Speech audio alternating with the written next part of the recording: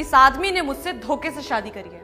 शादी होने के बाद मुझे पता चला कि एक मामूली सा सफाई कर्मचारी है। इसके और इसके घर वालों के दिमाग में सिर्फ और सिर्फ गंदगी भरी हुई है, और यही वजह है कि ये मेरे ऊपर बेफजूल के बेकार के इल्जाम लगा रहा है।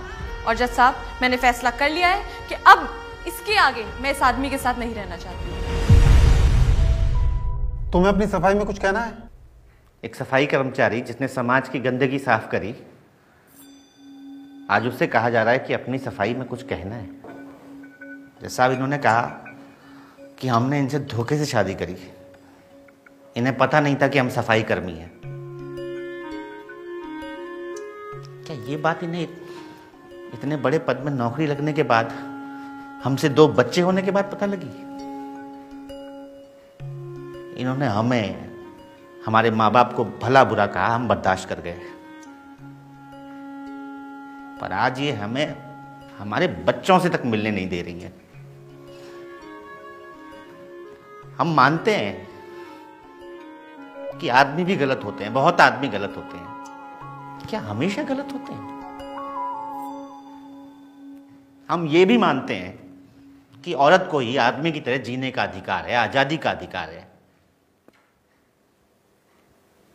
पर शादी के इतने साल बाद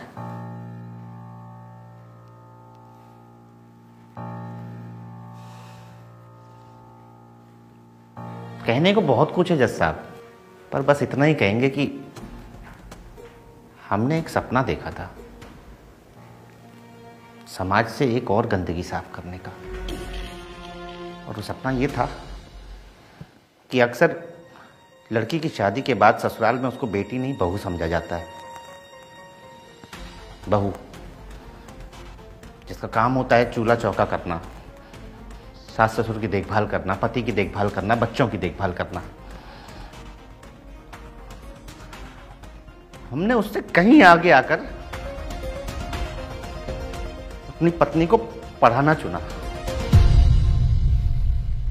इसमें हमारा लालच था हमारा लालच। और लालच ये था कि हम चाहते थे कि अगर हमारे बच्चों की माँ पढ़ी लिखी होगी तो हमारे बच्चों का भविष्य और उज्जवल होगा, हमारे साथ समाज में कंधे से कंधा मिलाकर चलेगी।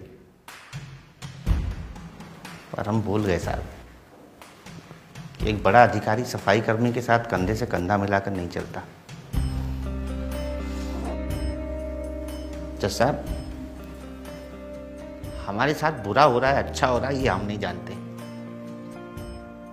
लेकिन हम इतना जानते हैं कि हमारे देश में बहुत सारी पत्नियों के साथ बुरा होने वाला है। अगर आज इसमें कुछ सोचा नहीं गया ना, तो कल पति अपनी पत्नियों को आगे पढ़ाने के लिए सोचेंगे जज साहब।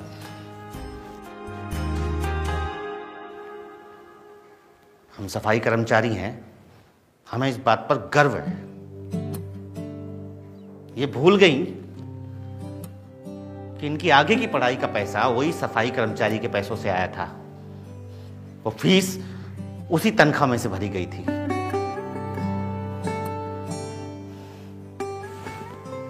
उस पैसे में गंदगी नहीं थी जज साहब, इनके दिल में मैल था। और हम पूरा शहर साफ करते रहे,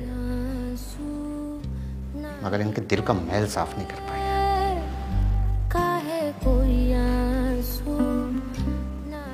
शहर की सफाई हम देख लेंगे जज साहब,